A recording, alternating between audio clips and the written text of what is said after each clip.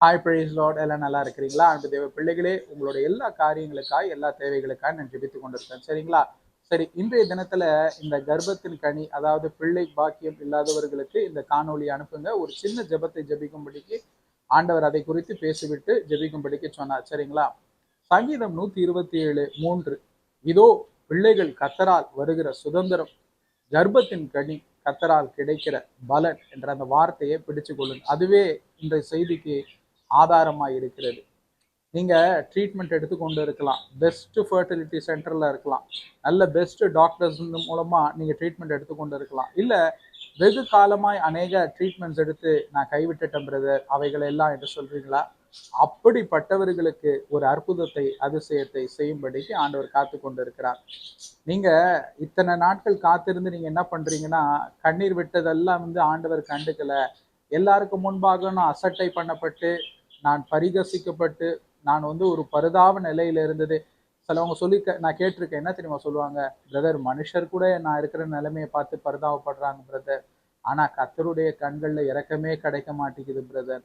எல்லாருக்கும் நடக்குது, ஆனா எனக்கு மட்டும் நடக்கலைன்னு சொல்லிட்டு. சரி, அது இம்மட்டுமா எல்லாருக்கும் நடந்துச்சுல, இனி உங்களுக்கு நடக்க போகுது. சரிங்களா?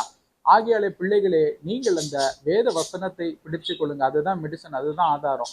சங்கீதம் 127:3 கர்த்தர் நீ சொல்லியிருக்கிறீரே, இதோ பிள்ளைகள் கர்த்தரால் வருகிற சுதந்திரம், கர்ப்பத்தின் கடி கர்த்தரால் கிடைக்கிற பலன் என்று சொல்லியிருக்கிறீரே ஆண்டவரே என்று சொல்லி அந்த வார்த்தையை நீங்க அறிக்கை செய்து நீங்க ஜெபிக்கும் போது, நீங்க சும்மா இருக்கும் போது கூட அறிக்கை பண்ணலாம். ஜெபிக்கும் போது தான் அறிக்கை செய்யணும் இல்லை, நீங்க சமைக்கும் போது இல்ல வேலை பார்க்கும் போது கூட நீங்க அறிக்கை செய்து கொண்டே இருங்க.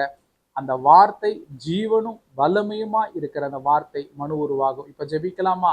அன்பான தேவனே, இந்த நேரத்திலும் கூட ஆண்டவரே, நீ சொன்ன அந்த வார்த்தைகளை நான் பேசிவிட்டாப்பா ஆண்டவரே. இப்போது கர்த்தர் இந்த வார்த்தைகளை சங்கீதம் 127:3 என் பிள்ளைகள், இதோ பிள்ளைகள் கர்த்தரால் வருகிற சுதந்திரம், கர்ப்பத்தின் கனி கர்த்தரால் கிடைக்கும் பலன் என்று சொல்லி அறிக்கையிடும் போது உம்முடைய வார்த்தை மனு உருவாகட்டும்.